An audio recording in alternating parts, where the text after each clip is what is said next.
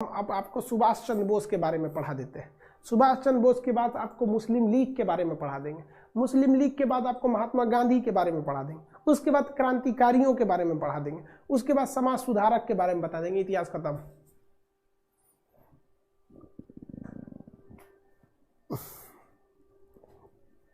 सुभाष चंद्र बोस के बारे में पढ़ा जाए। सुभाष चंद्र बोस के बारे में, सुभाष जी का जन्म कहाँ हुआ था? कटक में। सुभाष चंद्र बोस एक बहुत धनी परिवार में इनका जन्म हुआ था।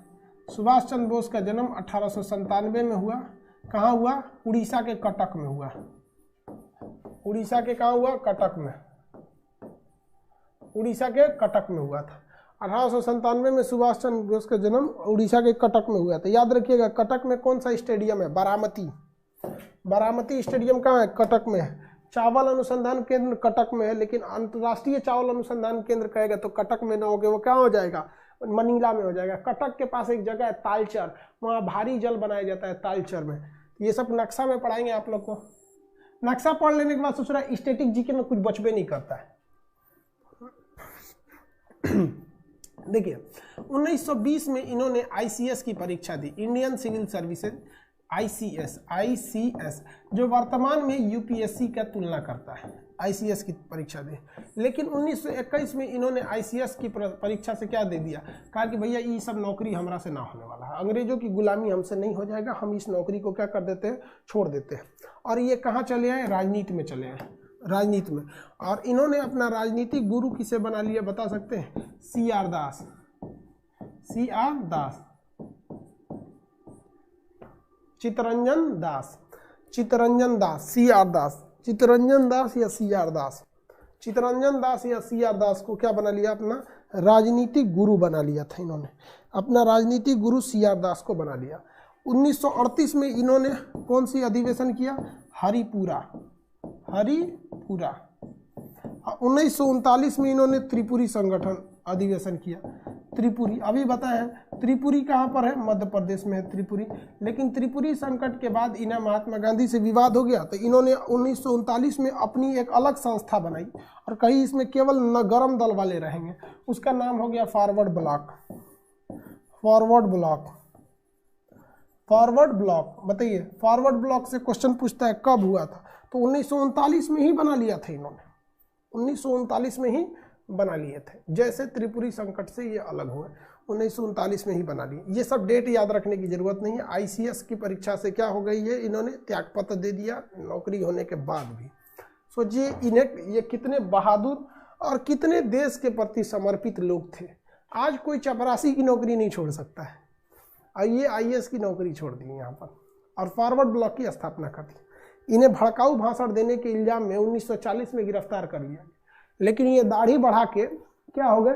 एक मुसलमान का रूप ले लिए और पठान का रूप ले लिए और अफगानिस्तान भाग गए। अफगानिस्तान में पठान ज़्यादा रहते हैं, सब अजीब अजीब कपड़ा पहनता है, सब बर्फीला वाला एरिया जानती है, वहाँ के कपड़े थोड़े बड़े होते हैं।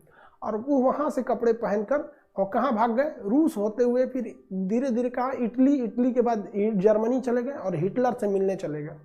जर्मनी में किसके पास चले गए? हिटलर के पास। हिटलर इनको देखा तो अजीब रह गया। ऐसा कहा जाता है कि हिटलर के कई ठो हम शकल थे सब।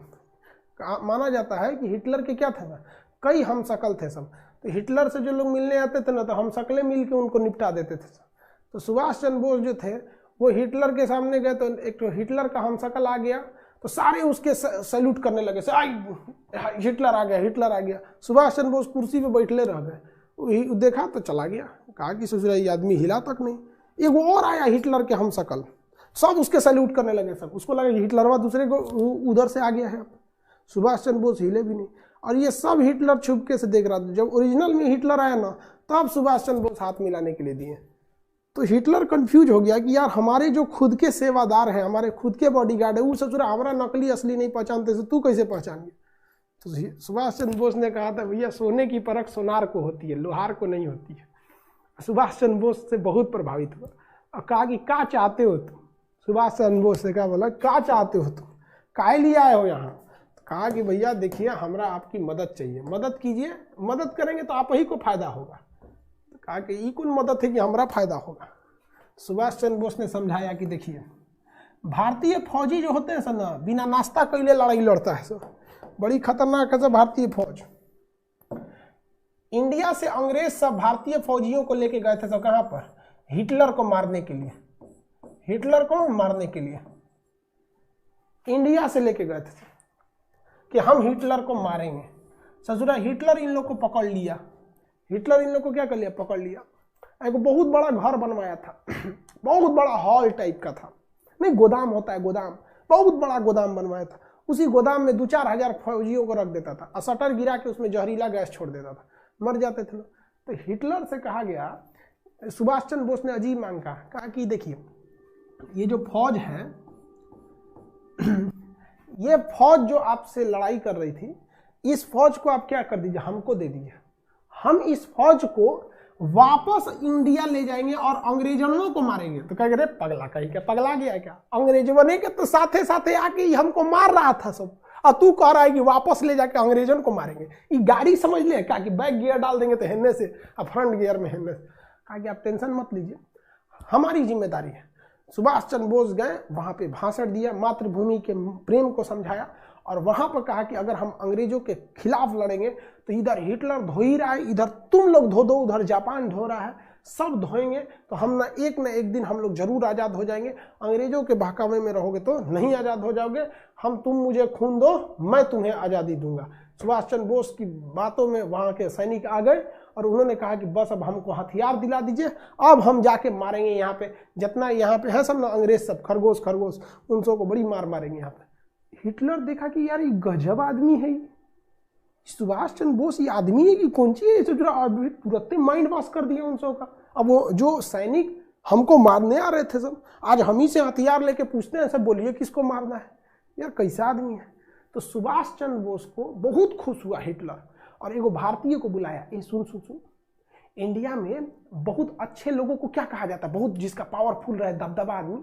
तो कहा कि भैया इंडिया में तो एक ही आदमी के पास दबदबा होता है जो नेता होता है। तो कहा ठीक है जाओ, सुभाष चंद्र बोस को नेताजी की उपाधि दे दिया। तो सुभाष चंद्र बोस को नेता की उपाधि किसने दिया था, हिटलर ने। सुभाष चंद्र बोस को नेताजी की उपाधि किसने दिया,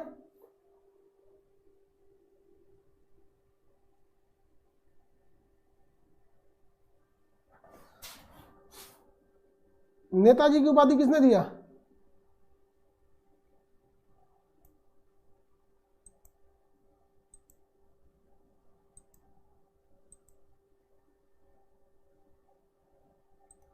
हिटलर ने दिया।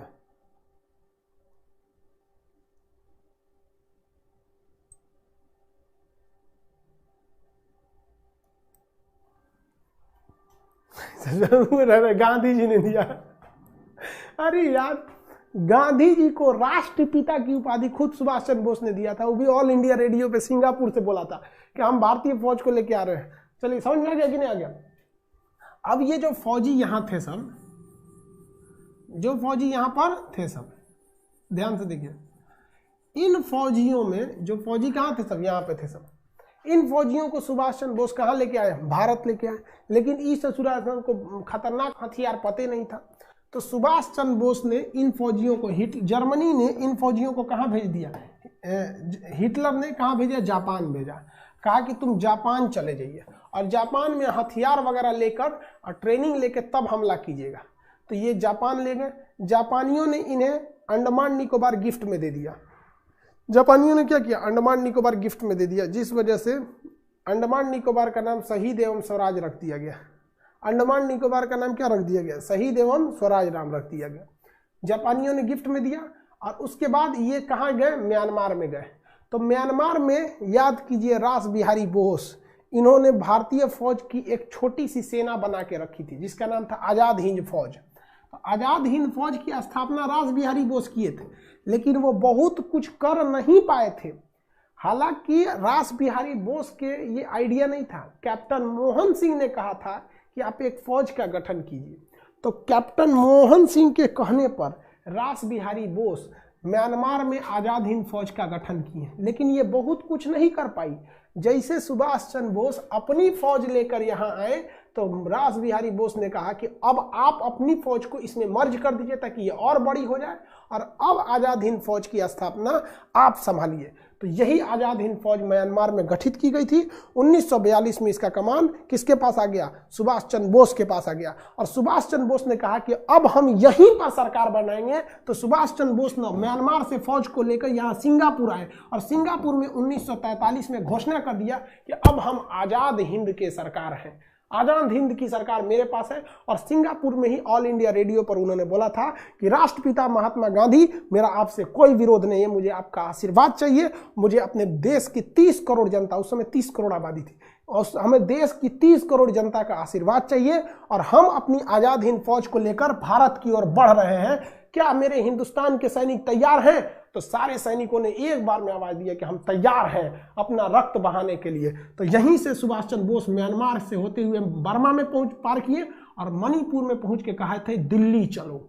क्या बोले थे? दिल्ली चलो। उसके बाद से जो भारतीय सैनिक काटना चालू किए ना, मार खचाखच, सोच रहे अंग्रेज गोली चला रहा था, गोरा गोरा होता है तो CBSE वाला गोली चला रहा था। अब भारत वाला गाजर मूली खाने वाला सोच रहे तूने लाठी डंडा मार मार। भारतीय सैनिकों को जब गोली लगती थी तो वो शहीद हो जाते थे और अंग्रेजों को हम लोग वो मार मारते थे ना कि सचुरा समझ में नहीं आता था कि मतलब कैसे आदमी सांप मर जाता है तब तक मारता, मार लाठी मार कूच कूच कूच। तो इतना बुरा मरते थे सब ना कि अंग्रेज सब ना डर जाते थे सब कि ससुरा वो सब गोली बारूद से नहीं मार रहा है सब, रे ससुरा लाते मुँह खान दे रहा है सब, अब बहुत बुरा मार रहा है सब। Oh my God, so difficult death. बेचारा डर गया सब वहां पर। बाद में अमेरिकवा ससुरा चोट्टा पगला, बोला जाता है ना कि इंसान का नसीब खराब रहता है ना तो ऊंट पे बैठे आदमी को कुत्ता काट लेता है। इस ससुरा गया तो जापाने पे बम गिरा दिया, ले ससुरा। अरे हम लोग को हथियार वहीं से मिल रहा था, जापानियों को ट्रेनिंग हम लोग को ट्रेनिंग वही दे रहा था। उन्होंने ही हम लोग को कौन सा द्वीप दिया था? अंडमान निकोबार दिया था, जिसका नाम शहीद स्वराज रख दिया गया। ऐसे जा बम पटक दिया, दू को पटक दिया नागासाकी हिरोशिमा पे, अब पटक दिया। तब तक सुभाष चंद्र बोस को कहा गया कि भैया आप जापान से हट जाइए। तो जापान से जा रहे थे तो अचानक सुभाष चंद्र बोस की एक विमान दुर्घटना में मृत्यु हो गई। हालांकि इनकी मृत्यु काफ़ी विवादास्पद रही थी, कुछ लोगों का कहना है कि मृत्यु नहीं हुई थी। हालांकि 90% मतलब जो डॉक्यूमेंट्स मिले हैं वो जिस विमान से थे वो विमान क्रैश हो गया था, और ऐसा कम ही देखा जाता है कोई विमान क्रैश हुआ हो और उसमें लोग बचे हों, और वो भी उस समय आज से मतलब 1945 के समय। तो आज़ाद हिंद फौज जो थी वो बिखर गई। उसमें जो महिलाओं का ब्रिगेड था, लक्ष्मी ब्रिगेड, महिलाओं की ब्रिगेड का नाम था लक्ष्मी ब्रिगेड। हालांकि ये लोग दिल्ली पहुंच गए थे, लेकिन इन लोग का मनोबल टूट गया था क्योंकि इनके नेता सुभाष चंद्र बोस की मृत्यु हो गई थी। तो अंग्रेजों ने इन्हें पकड़कर इनके खिलाफ मुकदमा चलाया था। ये इतने सैनिक थे सब कि इनका मुकदमा किसी कोर्ट में अटिए नहीं सकते थे। तो लाल किला में कोर्ट बनाया गया, स्पेशल कोर्ट लाल किला में, और सबके खिलाफ मुकदमा चलाया गया। जब ये मुकदमा चलाया गया तो भारत में पढ़े लिखे लोगों की कोई कमी नहीं थी। जवाहरलाल नेहरू, तेज बहादुर सप्रू और KN काटजू, ये 3 वकीलों ने मिलकर धुरंधर केस लड़ा और इतना जबरदस्त वकालत किया कि अंग्रेजों को हार मानना ही पड़ा और इन सैनिकों को माफ करना ही पड़ा था। तो ये हमारे देश में वकालत की कमी नहीं थी, और इसीलिए लोग महात्मा गांधी को गाली देते हैं, और इसीलिए लोग महात्मा गांधी को उल्टा सीधा क्यों बोल देते हैं। महात्मा गांधी की यही गलती थी कि आप कौन कम के वकील थे कि आप भगत सिंह को नहीं बचा पाए। यहाँ 3 वकील मिलकर पूरे फौज को बचा लिया सब। तो देखिए अलग अलग मैटर होता है, कभी भी पूरी फौज को आप सजा नहीं दे पाएंगे, तो कभी ना कभी माफ करना ही पड़ता है। तो आपको लगेगा कि नहीं यहाँ महात्मा गांधी बचा सकते थे, लेकिन महात्मा गांधी के सामने भी उस समय की सिनेरियो अजीब था कि वो नहीं बचा सकते थे। अब यहाँ पे क्या है कि पूरी फौज को अगर आप सजा देंगे ना, तो अंग्रेजों के दिमाग में एक डर था यार कि फौज से नहीं टकराना है, क्योंकि 100 साल पहले टकराए थे सब 1857 में, इसलिए अंग्रेज मान गए थे सब। 1857 में अंग्रेज क्या हो गए, मान गए थे सब कि भैया अंग्रेजों ने मान गए सब। किस लिए मान गए सब कि एक बार तो फौज से टकरा के देखे थे 1857 में मंगल पांडे से, ऐसे न मारा सब, इसलिए अंग्रेजों को मजबूरी में माफ करना पड़ा। लेकिन महात्मा गांधी ने उतना प्रयास नहीं किया था भगत सिंह को बचाने के लिए जितना इनफैक्ट करना चाहिए। लेकिन हम ये कहते हैं तो फिर बाकी के लोगों ने भी तो प्रयास नहीं किया, तो जवाहरलाल नेहरू को दोष क्यों नहीं देते हैं? सरदार पटेल भी तो वकील थे, उन्हें क्यों नहीं दोष देते? भीमराव अंबेडकर भी तो दोष थे, उन्हें क्यों नहीं दोष देते हैं? या फिर मोतीलाल नेहरू, जवाहरलाल नेहरू, सुभाष चंद्र बोस, इवन सुभाष चंद्र बोस भी तो IAS अधिकारी थे, वो भी तो कर सकते थे। तो भाई आप इकलौता एक के बार पूरा छोड़ देते हैं महात्मा गांधी को, जैसे कि गांधी ने उनको सजा सुनाई हो। गांधी एक वकील ही न थे जी, मतलब ऐसा तो नहीं था, लेकिन हाँ कोशिश करते तो सिनेरियो कुछ और होता था। खैर वो बात अलग की बात है। ये आप समझ में आ गया आप लोग को, किसी को कोई दिक्कत नहीं। सुभाष चंद्र बोस के बारे में, सुभाष चंद्र बोस समझ में आ गया।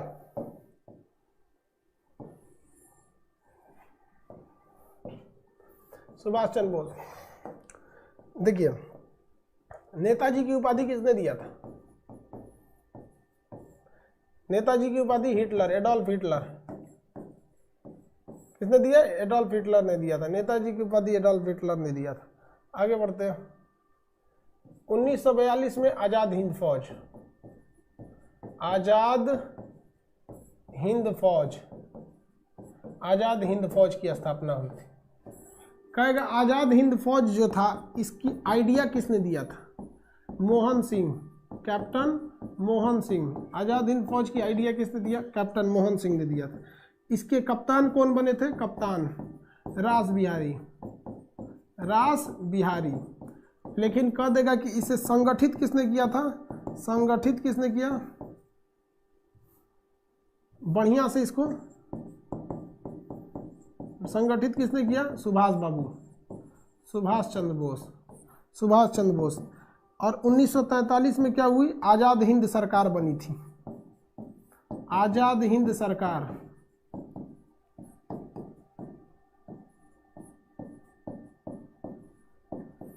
आजाद हिंद सरकार बनी थी। ये कहाँ बनी थी? तो भैया सिंगापुर में, सिंगापुर में। आजाद हिंद सरकार कहाँ बनी थी? सिंगापुर में बनी थी, सिंगापुर में बनी। कहाँ बनी भैया? सिंगापुर में। आजाद हिंद सरकार सिंगापुर में।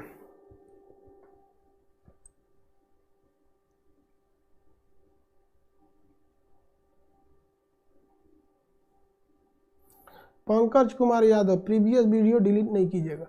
नहीं करेंगे बाबू, मार्च तक रहेगा।